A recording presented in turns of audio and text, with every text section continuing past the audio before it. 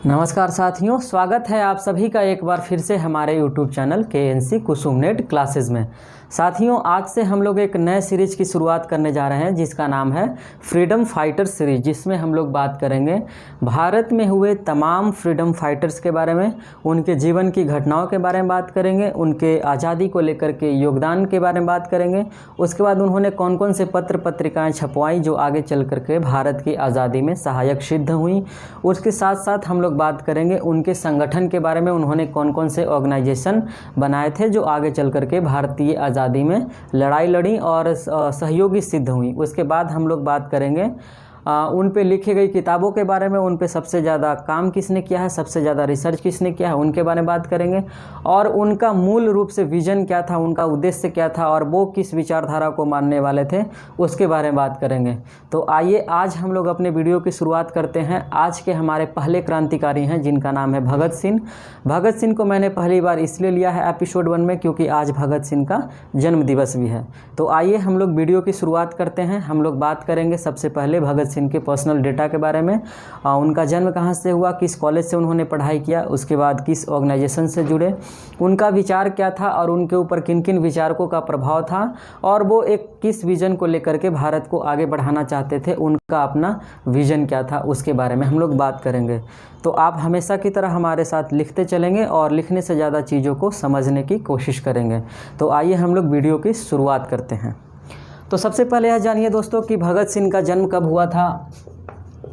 एक बात आपको पता होगा कि भगत सिंह पंजाब के रहने वाले थे। जब मैं छोटा था, जब मैं बचपन में था, तो मेरे घर के लाइब्रेरी में मुश्किल से 2-4 किताबें पढ़ी हुई थी जिसमें एक किताब भगत सिंह की भी थी। तो भगत सिंह का मेरे जीवन पे सबसे ज़्यादा प्रभाव रहा है। तो इसीलिए मैंने इस वजह से भी इंस्पायर होकर शुरुआत की है भगत सिंह से ही।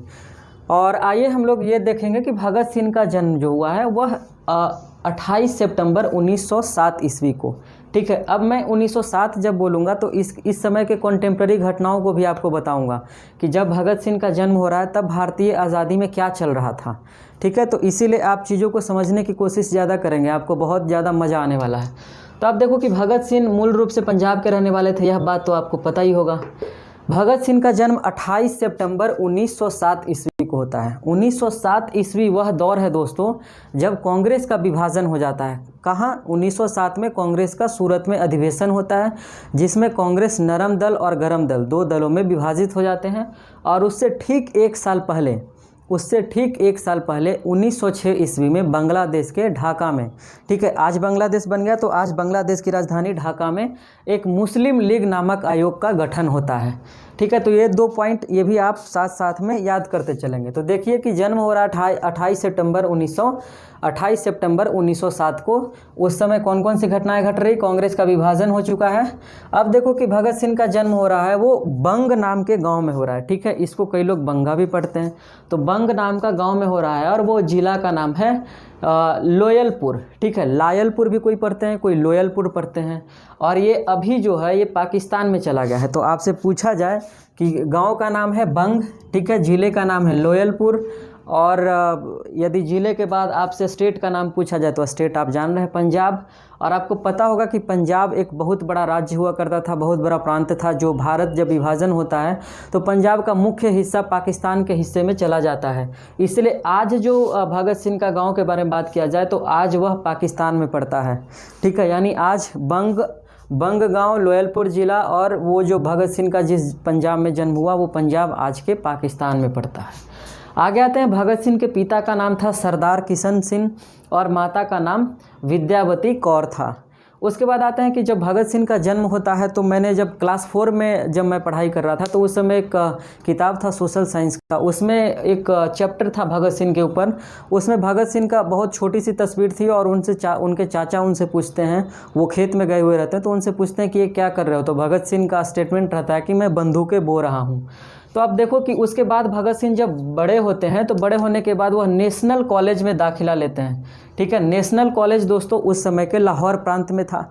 ठीक है, और भगत सिंह का जन्म भी वहीं पे हो रहा है, पंजाब में। तो भगत सिंह एडमिशन जो ले रहे हैं वो नेशनल कॉलेज लाहौर में ले रहे हैं। ठीक है, तो आपसे सवाल मान लीजिए पूछ दिया जाए कि भगत सिंह की शिक्षा दीक्षा हुई जो कॉलेज एजुकेशन उन्होंने किस कॉलेज से प्राप्त की थी, तो लाहौर प्रांत में इस्टेब्लिश था। क्या नाम था? National college. ठीक है, नेशनल कॉलेज लाहौर। उसके बाद आते हैं कि जब भगत सिंह जब धीरे धीरे बड़े हो रहे थे तो आप देखो कि 1907 में उनका जन्म ही हो रहा है, और 1919 में, ठीक है, 1919 में भारत के इतिहास में एक बहुत बड़ी घटना घटती है जिसका नाम रहता है रॉलेट एक्ट। आने के बाद वो घटना घटता है जिसका नाम है जलियांवाला बाग हत्याकांड। इससे पहले आप थोड़ा सा इसको बैकग्राउंड समझिए कि 1919 में ही रॉलेट एक्ट आता है, और रॉलेट एक्ट के विरोध में पंजाब के लोग जब सड़कों पे उतरते हैं तो पंजाब के दो नेता रहते हैं, एक सैफुद्दीन किचलू और एक और कोई रहते हैं, उनका नाम मुझे एग्जैक्ट याद नहीं आ रहा है। तो उनको गिरफ्तार कर लिया जाता है। तो उनको गिरफ्तार कर लिया जाता है तो उसी के विरोध में पंजाब में एक सभा आयोजित करवाई जाती है, और वह सभा 13 अप्रैल 1919 को आयोजित करवाई जाती है। तो उस समय पंजाब का जो जनरल डायर रहता है, वो वहाँ का जो जनरल है, हर प्रांत का जनरल हुआ करता था। तो उस समय पंजाब प्रांत का जो जनरल है उसका नाम है जनरल डायर। तो जनरल डायर लोगों पे, निहत्थे लोगों पे गोलियां चलाने का आदेश दे देता है। तो 13 अप्रैल 1919 को जलियांवाला बाग हत्याकांड घटता है। तो इस घटना का सबसे ज़्यादा इम्पैक्ट पड़ता है भगत सिंह पे। ठीक है, इस समय भगत सिंह की उम्र मुश्किल से 12 साल हो रही है। तो 12 साल के बच्चे को यदि इस तरीके की घटना देखने को मिले तो सबसे ज़्यादा प्रभाव तो पड़ना भी है, स्वाभाविक सी बात है। तो यदि आपसे सवाल पूछा जाए कि भगत सिंह के ऊपर सबसे ज़्यादा प्रभाव किसका रहा, तो 13 अप्रैल 1919 की घटना जलियांवाला बाग हत्याकांड का। उसके बाद फिर 1919 के बाद ही जब इनका मोह भंग हो जाता है, किससे? आगे चल करके पढ़ा। आप देखो कि इसके ठीक एक साल बाद 1920 में गांधी जी असहयोग आंदोलन की शुरुआत कर रहे हैं। तो असहयोग आंदोलन की शुरुआत 1920 में गांधी जी करते हैं। उसके ठीक 2 साल बाद यानी 1922 में 5 फरवरी 1922 को गांधी जी के ही अनुयायियों ने चौरी चौरा एक जगह है उत्तर प्रदेश में, वहाँ पर एक थाना को जला देता है जिसमें कई सारे पुलिसकर्मी जल जाते हैं, अंग्रेज पुलिसकर्मी भी और भारत के पुलिसकर्मी भी। तो उसको लेकर के भगत सिंह के मन में एक छवि बैठ जाती है, और यहीं से भगत सिंह अपने जीवन का रास्ता ऑप्ट करते हैं। गांधी जी का उनके ऊपर बहुत प्रभाव पड़ता है, लेकिन वो शुरुआती दौर में बहुत अहिंसक हैं। भगत सिंह शुरुआती दौर में बहुत अहिंसक हैं, लेकिन जब चौरी चौरा घटना घटती है उसके बाद किसानों का साथ छोड़ देते हैं, किसान गांधी जी का साथ छोड़ देते हैं, तब भगत सिंह रास्ता ऑप्ट करते हैं। उस रास्ता का नाम है, यहीं से वो हिंसक रास्ता ऑप्ट करते हैं, और वो कहते हैं कि अब हिंसक रास्ते से ही हम लोग आज़ादी स्वतंत्रता प्राप्त कर सकते हैं। तो यहीं से बिछड़ाव होता है, यहीं से भगत सिंह का मोह भंग होता है। वो अहिंसक व्यक्ति सीधा हिंसक बन जाता है। अब आगे आते हैं कि यहाँ से जब वो जब आज़ादी की लड़ाई में कूद पड़े तो उसके बाद वो कई सारे ऑर्गेनाइजेशन बनाएंगे। अब धीरे धीरे करके एक एक ऑर्गेनाइजेशन के बारे में हम लोग जानेंगे। तो देखिए, सबसे पहले उन्होंने एक ऑर्गेनाइजेशन बनाया, उसका नाम था नौजवान भारत सभा, जो कि 1922-23 के बीच का है। पीरियड एग्जैक्ट आप एक बार देख लेंगे, किताब चेक कर लेंगे, किताब में एग्जैक्ट पीरियड इसका नहीं मिलता है। तो ध्यान रखिएगा, आपसे सवाल पूछा जाए कि नौजवान भारत सभा का गठन किसने किया था, तो भगत सिंह ने किया था। ठीक है, इसमें जितने भी लोग थे वो सारे के सारे नौजवान थे, इसीलिए इसका नाम ही रखा गया था नौजवान भारत सभा। और इसके हेड कौन थे? इसके मुख्य जो हेड थे वह भगत सिंह खुद थे। ठीक है, अब आते हैं कि भगत सिंह ने जब नौजवान भारत सभा की स्थापना की, उससे पहले वो क्या करते हैं कि एक पार्टी चल रहा होता है जिसका नाम है चंद्रशेखर आज़ाद का एक पार्टी है जिसका नाम है गदर पार्टी। तो गदर पार्टी के मेंबर बन जाते हैं। ठीक है, कब से? जब चौरी चौरा हत्याकांड के बाद यह गदर पार्टी का मेंबर बन जाते हैं। उसके साथ साथ कॉन्टेम्प्ररी यह एक अपने पार्टी का भी गठन करते हैं, एक अपने सभा का गठन करते हैं जिसका नाम है नौजवान भारत सभा। तो इन दोनों चीज़ों को ध्यान रखिएगा। आगे चल करके चंद्रशेखर आज़ाद से इनका बॉन्डिंग बहुत ही तगड़ा बन जाता है, जो आगे हम लोग चर्चा करेंगे। अब आगे होगा कि जब देखो कि HRA का स्थापना 1925 में होता है और इस समय इसमें मेंबर नहीं है भगत सिंह, तो इसकी स्थापना कौन कौन कर रहे हैं? चंद्रशेखर आज़ाद मूल तौर पे कर रहे हैं HRA का, जिसका नाम है हिंदुस्तान रिपब्लिकन एसोसिएशन, ठीक है। और इसमें मुख्य तौर पे कौन कौन व्यक्ति हैं? आज़ाद हैं, सुखदेव हैं, राजगुरु हैं। और इसी में जब 1925 में, ठीक है, 1925 में भगत सिंह इसको ज्वाइन करेंगे, किसको? हिंदुस्तान रिपब्लिकन एसोसिएशन को 1925 में भगत सिंह ज्वाइन करेंगे। इसके मुख्य तौर पे सदस्य कौन कौन थे? आज़ाद थे, सुखदेव थे, राजगुरु थे। तो आगे चल करके सुखदेव और राजगुरु को जब भगत सिंह के साथ फांसी पड़ेगी तो यहीं पर पहली बार मुलाकात हो रही है। ध्यान रखिएगा, भगत सिंह की, सुखदेव की और राजगुरु की पहली मुलाकात कहाँ हो रही है? हिंदुस्तान रिपब्लिकन एसोसिएशन के मीटिंग में। इसके कौन कौन मुख्य सदस्य हैं? फाउंडिंग मेंबर आज़ाद हैं, सुखदेव हैं, राजगुरु हैं। अब आगे आते हैं, ये सारे क्रांतिकारी घटनाओं में लिप्त थे। यह एक एसोसिएशन था जो कि लड़ाई से ही, मतलब ये कहता था कि हिंसक रास्ते से चल करके ही स्वतंत्रता प्राप्त की जा सकती है। अब आगे आते हैं कि 1928 में नौजवान भारत सभा, जो सिर्फ भगत सिंह का स्थापना किया हो रहा था, उसके संस्थापक मुख्य तौर पे भगत सिंह रहते हैं। तो नौजवान भारत सभा को क्या करते हैं ये लोग? इसी में मिला देते हैं। कौन? भगत सिंह।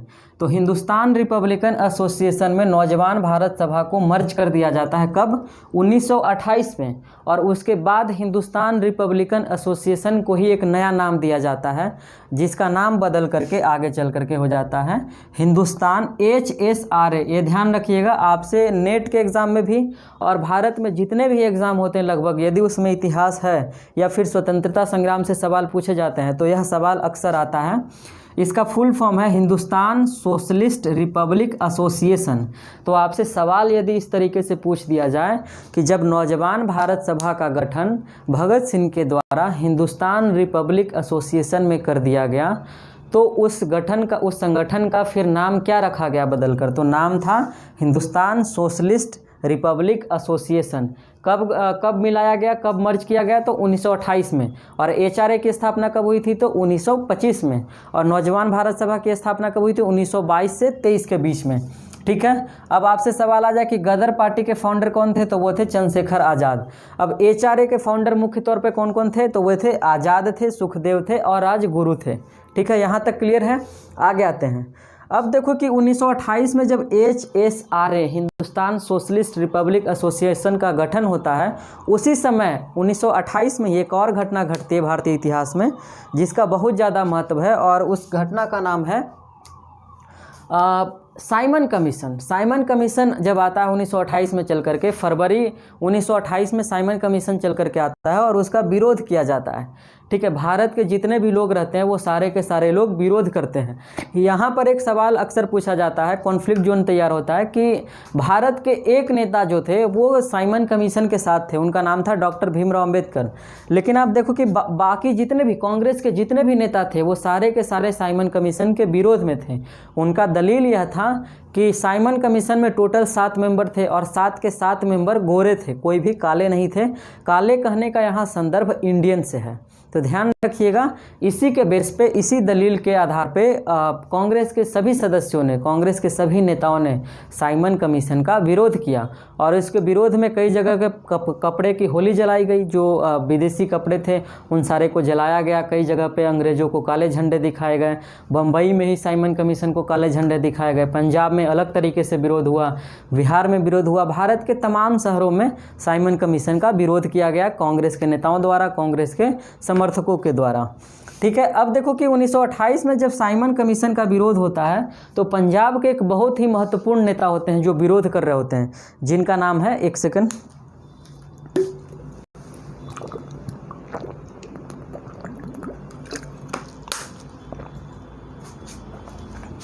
अब देखो कि 1928 में ही पंजाब के एक बहुत ही महत्वपूर्ण नेता हैं जिनका नाम है लाला लाजपत राय। तो लाला लाजपत राय साइमन कमीशन के विरोध में पंजाब की सड़कों पे उतरते हैं। तो उनको अंग्रेज़ों के द्वारा, ठीक है, अंग्रेज़ जब उस समय यहीं इंडिया में शासन कर रहे हैं तो अंग्रेज़ों के द्वारा उनको लाठी से पीट कर उनकी हत्या कर दी जाती है। उनको घायल कर दिया जाता है। बाद में जब अस्पताल ले जाया जाता है तो लाला लाजपत राय की मृत्यु हो जाती है। तो ध्यान रखिएगा, यह सवाल कई बार पूछा गया है कि लाला लाजपत राय की मृत्यु हुई, वो क्यों हुई थी? साइमन कमीशन का विरोध कर रहे थे, इसीलिए उस समय के जो व्यक्ति है जिसका नाम है, उस व्यक्ति का नाम है स्कॉट, ठीक है, उस व्यक्ति का क्या नाम है? Michael Scott. तो माइकल स्कॉट ने ही उनको पीट पीट कर हत्या की थी। तो मुख्य तौर पे माइकल स्कॉट ही जिम्मेदार था। तो इसीलिए स्कॉट को मारने का प्लान बनाते हैं कौन? भगत सिंह, चंद्रशेखर आज़ाद और उनके जितने भी साथी थे, जो हिंदुस्तान सोशलिस्ट रिपब्लिकन एसोसिएशन के मेंबर थे, वो सारे लोग माइकल स्कॉट को मारने की यानी उसको मर्डर करने की, हत्या का प्लान करते हैं। अब आप देखो कि 1928 में जब लाला लाजपत राय की मृत्यु हो गई, अब इन्हीं के वजह से भगत सिंह क्या किए कि माइकल स्कॉट की हत्या का प्लान करेंगे। तो जब प्लान करेंगे तो उनको मारने के लिए जाएंगे। तो 19 दिसंबर 1928 को, ठीक है, ध्यान रखिएगा, तारीख भी आपको याद रखना जरूरी है। 19 दिसंबर 1928 को एएसपी, ठीक है, एएसपी सैंडर्स की हत्या हो जाती है। अब आप देखो कि यह स्कॉट को मारने के लिए जाते हैं, लेकिन वहाँ पे एन मौके पे स्कॉट नहीं पकड़ा जाता है बल्कि सैंडर्स पकड़ा जाता है, ठीक है। तो सैंडर्स भी एक अंग्रेज अधिकारी होता है। तो स्कॉट को मारने के लिए गए थे लेकिन मार दिए किसको? सैंडर्स। तो सैंडर्स की मौत हो जाती है वहाँ पे। अब आपसे सवाल यही देखिएगा दोस्तों, यही सैंडर्स की हत्या में ही भगत सिंह के ऊपर केस चलता है और इसी केस के मामले में उनको भगत सिंह, सुखदेव और राजगुरु तीनों को फांसी दी जाती है। इसलिए ध्यान रखिएगा कि 19 दिसंबर 1928 को लाला लाजपत राय की मौत का बदला लेने के लिए भगत सिंह, मतलब आप एक लाइन में बोलो कि हिंदुस्तान सोशलिस्ट रिपब्लिकन एसोसिएशन के मेंबर ने मिलकर सैंडर्स की हत्या कर दी। अब आगे आते हैं कि उसके बाद एक और क्रांतिकारी घटना है भगत सिंह के जीवन से रिलेटेड, वह लास्ट है। 8 अप्रैल 1929 को केंद्रीय असेंबली में वो बम फेंकते हैं। इसके ठीक 2 साल बाद भगत सिंह को फांसी की सज़ा सुनाई जाएगी। लेकिन अक्सर बच्चे कंफ्यूज कर जाते हैं कि केंद्रीय असेंबली में बम फेंकने की वजह से भगत सिंह को फांसी की सज़ा दी गई थी, जो कि बिल्कुल गलत है। भगत सिंह को फांसी की सज़ा दी गई थी सैंडर्स की हत्या के केस में। इसलिए ध्यान रखिएगा, 8 अप्रैल 1929 को केंद्रीय असेंबली, कहाँ में? ये केंद्रीय असेंबली उस समय दोस्तों दिल्ली में लोकेटेड है। दिल्ली क्यों? आपको पता ही होगा कि 1911 में ही भारत की राजधानी का परिवर्तन कर दिया जाता है कोलकाता से दिल्ली। तो मुख्य तौर पे जितने भी मुख्य संगठन होते हैं, मुख्य ऑर्गेनाइजेशन होते हैं ब्रिटिश सरकार के, वो सारे के सारे दिल्ली में ही स्थित होते हैं। इसलिए 8 अप्रैल 1929 को केंद्रीय असेंबली में बम फेंकते हैं। अब बम फेंकने के लिए जब मीटिंग किया जा रहा था, जब प्लान किया जा रहा था कि बम फेंकने कौन जाएगा, तो उस मीटिंग में कई लोगों ने हाथ उठाया, लेकिन HSRA के सदस्यों ने मिलकर के 2 व्यक्ति को बम फेंकने के लिए चुना था। वो 2 व्यक्ति का नाम ध्यान रखिएगा। पहले के नाम है जिनके बारे में हम लोग पढ़ रहे हैं भगत सिंह, उसके बाद एक इन्हीं के साथी हैं जिनका नाम है बट्टू केशवर दत्त। तो आपसे सवाल आएगा कि केंद्रीय असेंबली में बम फेंकने के समय भगत सिंह के साथ उनका कौन सा साथी था? तो वो था बट्टू केशवर दत्त। या फिर ऐसे आ जाए कि केंद्रीय असेंबली में जब बम फेंका गया 8 अप्रैल 1929 को, यह तारीख याद रखिएगा, 8 अप्रैल 1929 को, तो उस समय केंद्रीय असेंबली में बम फेंकने वाला कौन कौन व्यक्ति था? तो 2 व्यक्ति थे। मुख्य तौर पे बम किसने फेंका था? भगत सिंह ने, लेकिन उसके साथ कोई व्यक्ति खड़ा था जिसका नाम था बट्टू केशवर दत्त। और उस समय एक और सवाल आता है जो आपसे डेप्थ कर दिया जाए। मान लीजिए कि नेट का एग्जाम आप दे रहे हो, तो नेट के एग्जाम में आपसे सवाल थोड़ा सा और डेप्थ करता है। वो लोग उम्मीद करते हैं कि आप थोड़ा सा गहराई से अध्ययन करें। क्यों? क्योंकि आप आगे चल करके इतिहास का प्रोफेसर बनने वाले। तो उन्होंने उस समय जब बम फेंक रहे हैं, तो बम फेंकते समय भगत सिंह और बट्टू केशवर दत्त के मुंह से एक स्लोगन निकलता है। उस नारा को याद रखिएगा, उस नारा का नाम है इनकलाब जिंदाबाद, साम्राज्यवाद मुर्दाबाद। फिर से सुनिए, केंद्रीय असेंबली में 8 अप्रैल 1929 को भगत सिंह और बट्टू केशवर दत्त ने मिलकर जब अंग्रेजों के खिलाफ बम फेंका। बम फेंकने का मुख्य उद्देश्य यह था कि वो लोग सुनाना चाहते थे, वो धमाकों की आवाज़ से सुनाना चाहते थे लोगों को कि हम लोग विरोध कर रहे हैं। और कई लोग ऐसे को इंटरप्रेट करते हैं, उनको मारने का किसी का भी प्लान नहीं था, बम फेंकने का मुख्य उद्देश्य था उनको सुनाना। तो उस समय का स्लोगन क्या था? इनकलाब जिंदाबाद, साम्राज्यवाद मुर्दाबाद। ध्यान रखिएगा, इनकलाब, एक सवाल आपसे यह पूछा गया था कि इनकलाब शब्द का शाब्दिक अर्थ क्या होता है? तो इनकलाब शब्द का शाब्दिक अर्थ परिवर्तन होता है, चेंजिंग, ठीक है। तो ध्यान रखिएगा, इनकलाब जिंदाबाद, साम्राज्यवाद मुर्दाबाद। तो ये था दोस्तों भगत सिंह के जीवन की क्रांतिकारी घटनाएं। मेरे ख्याल से आपको चीज़ें समझ में आ गई होंगी। एक यदि हमको शॉर्ट में बात करना हो तो बोलेंगे नौजवान भारत सभा, गदर पार्टी से संबंध था, HRA से संबंध था, HSRA से संबंध था। उसके बाद साइमन कमीशन के विरोध में लाला लाजपत राय की हत्या का बदला लेने के लिए वो लोग मर्डर का प्लान करते हैं। उसके बाद सैंडर्स की हत्या कर देते हैं, इसी पे केस चलेगा, उनको फांसी की सज़ा होगी। और लास्ट में 8 अप्रैल 1929 को केंद्रीय असेंबली में बम फेंकते हैं। तो ये क्रांतिकारी घटनाएं थी। मेरे ख्याल से चीज़ें आपको समझ में आ गई होंगी।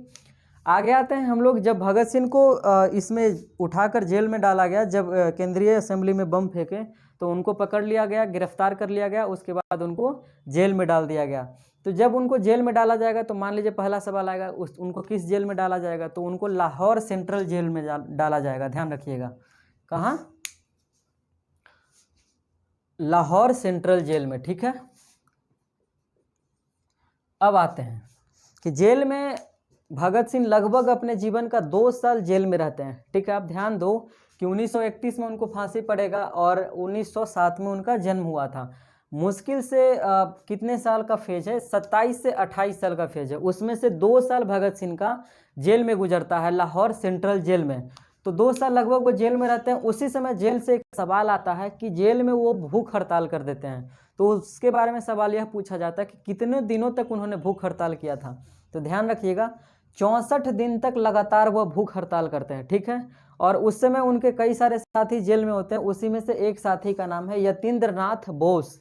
तो यतीन्द्र नाथ बोस को क्या होता है, उनकी मौत हो जाती है भूख हड़ताल के दौरान ही, ठीक है। तो ध्यान रखना है। उसके बाद जेल में ही वो क्या करते हैं, 5 से 6 अक्टूबर 1930 की बात है।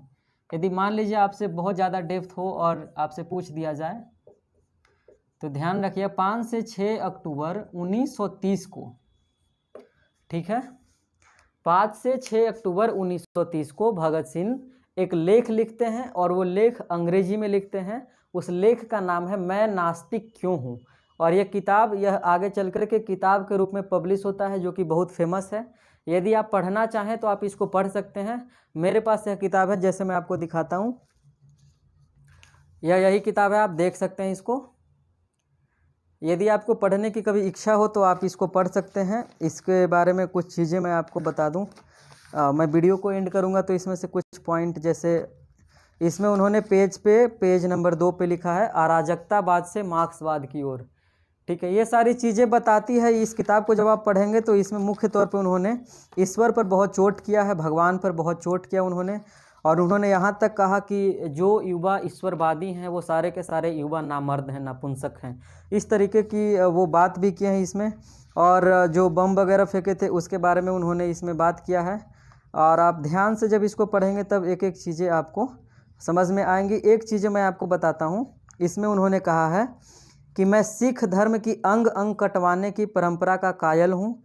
अभी तो मैंने एक ही अंग, केश, बाल कटवाया है, यह भी पेट के लिए नहीं, देश के लिए जल्दी ही गर्दन भी कटवाऊंगा, ठीक है। कह रहे हैं कि देश के लिए जल्दी ही गर्दन भी कटवाऊंगा, लेकिन सिख की तंग नजरी और तंग दिली का गिला जरूर रहेगा, ठीक है। ये सारे चीज़ लाहौर सेंट्रल जेल में बैठकर वो लिख रहे हैं। तो मेरे ख्याल से मेरा पर्सनल सजेशन है कि आप इस किताब को ज़रूर पढ़िएगा, आपको बहुत कुछ चीज़ें सीखने को मिलेंगी। आइए आते हैं, अब वीडियो में आगे बढ़ते हैं हम लोग। तो मैं नास्तिक क्यों हूँ, अंग्रेजी में उन्होंने लेख लिखा जो आगे चल करके किताब बन गया। अब आते हैं कि जब फांसी की सज़ा उनको कब सुनाई गई और क्यों सुनाई गई, ठीक है। मैंने आपको बताया कि जब सैंडर्स की वो हत्या कर देते हैं 19 दिसंबर 1928 को, तो इसी का उन पे मुकदमा चल रहा होता है और इसी मुकदमा में उनको फांसी की सज़ा सुनाई जाती है। तो 26 अगस्त 1930 को, ठीक है, 26 अगस्त 1930 को लाहौर कोर्ट में सुनवाई की जाती है, ठीक है। और उस सुनवाई में उनको अपराधी सिद्ध कर दिया जाता है। उन पे कौन कौन सा एक्ट लगता है, एक तो आईपीसी का धारा 129, 302, ठीक है। उसके बाद 120, 302 मर्डर का आप जानते होंगे, बहुत फेमस है।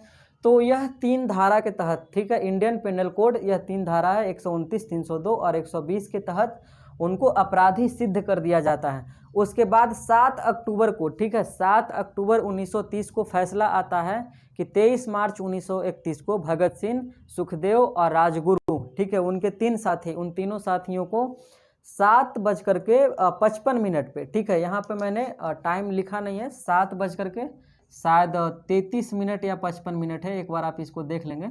तो उस समय उनको फांसी दिया जाएगा। तो आपसे सवाल मान लीजिए यह पूछ दिया जाए कि फैसला कब आया था भगत सिंह को फांसी के सुनाने के लिए, तो वह था 7 अक्टूबर 1930 को।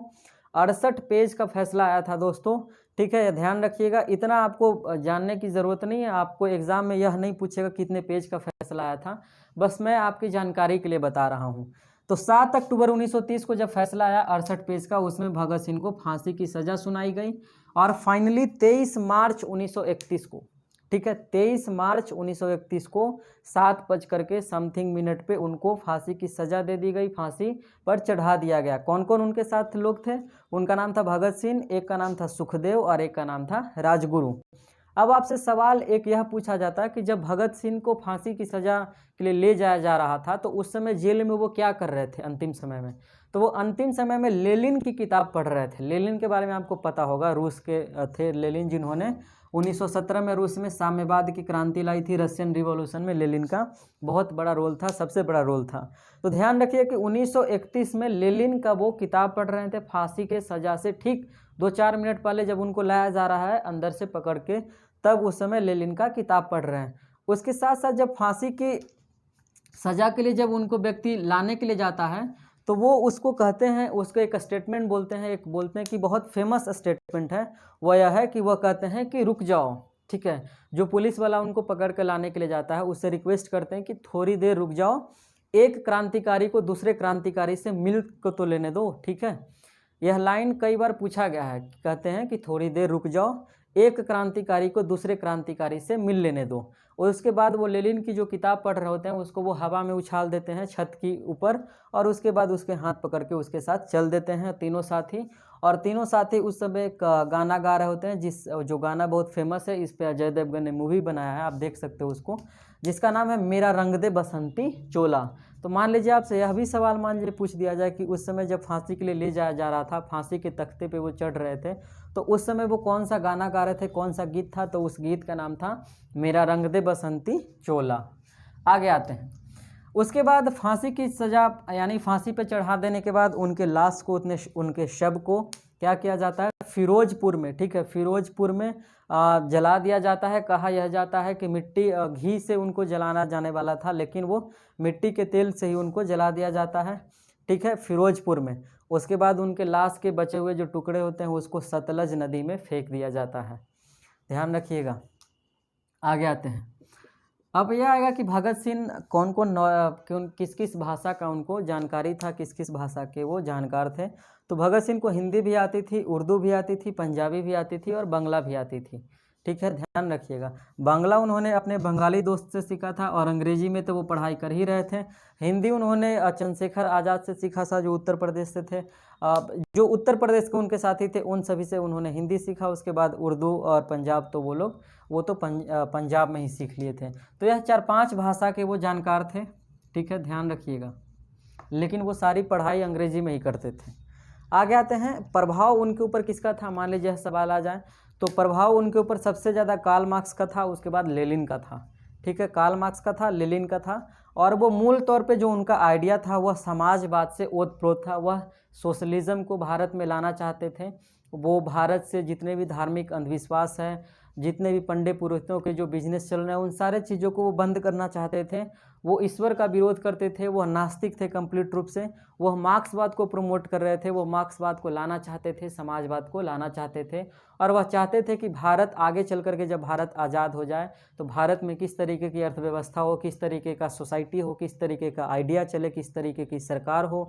उसके लिए उन्होंने समाजवाद को प्रोत्साहन दिया। समाजवाद के बारे में उन्होंने पूरे जीवन बातें की है। उसके बाद आप देखो कि अब यदि आप जवाहरलाल बोल रहा हूँ मैं, भगत सिंह पे यदि आप ज़्यादा कुछ पढ़ना चाहते हैं तो भगत सिंह पे सबसे शानदार काम किया है अभी इंडिया में, जिनका नाम है प्रोफेसर चमन लाल, जो कि JNU से रिटायर्ड प्रोफेसर हैं। आप इन्होंने भगत सिंह पे बहुत ज़्यादा रिसर्च किया। आप भगत सिंह पे जानकारी यदि ज़्यादा जुटाना चाहते हैं तो चमन लाल की किताबें आप प्रेफर कर सकते हैं, पढ़ सकते हैं, बहुत ही शानदार राइटर हैं, ठीक है। आगे आते हैं कि जब भगत सिंह की मृत्यु की सज़ा सुनाई गई तो कई लोगों ने प्रतिक्रियाएं दी। ठीक है, कई लोग गांधी को उसके लिए दोषी मानते हैं। जब भगत सिंह को फांसी की सज़ा सुनाई गई थी तो गांधी जी उसके बाद कांग्रेस के लाहौर अधिवेशन में जा रहे थे, तो लाहौर अधिवेशन में पंजाब के लोगों ने उनको काला झंडा भी दिखाया, उनका विरोध भी किया।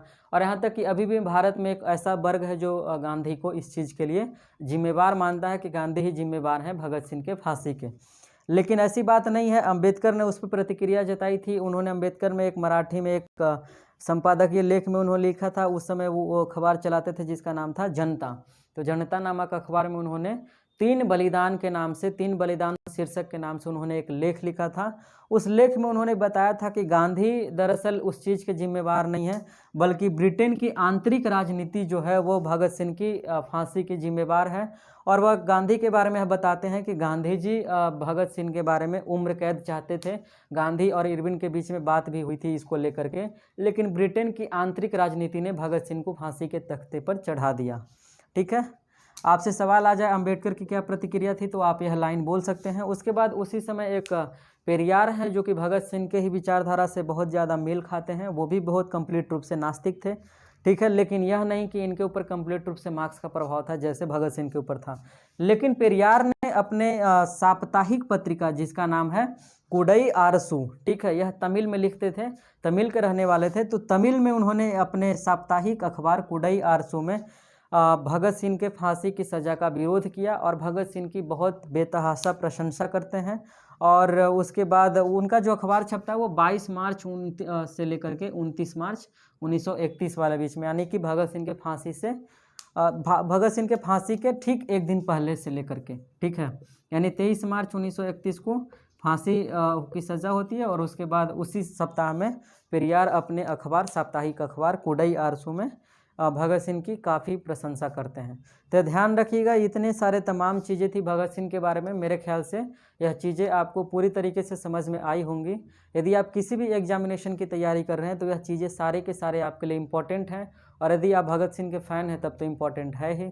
और उसके साथ याद रखिएगा 2-4 पॉइंट और है कि भगत सिंह को आज तक कांग्रेस की सरकार ने या किसी की भी सरकार ने शहीद का दर्जा नहीं दिला पाया, लेकिन भगत सिंह को मानने वाले लोग उनको शहीद आज़म भगत सिंह के नाम से ही जानते हैं। तो ध्यान रखिएगा, ये तमाम चीज़ें थी भगत सिंह के बारे में। मेरे ख्याल से सीरीज़, यह वीडियो आपको बहुत पसंद आया होगा।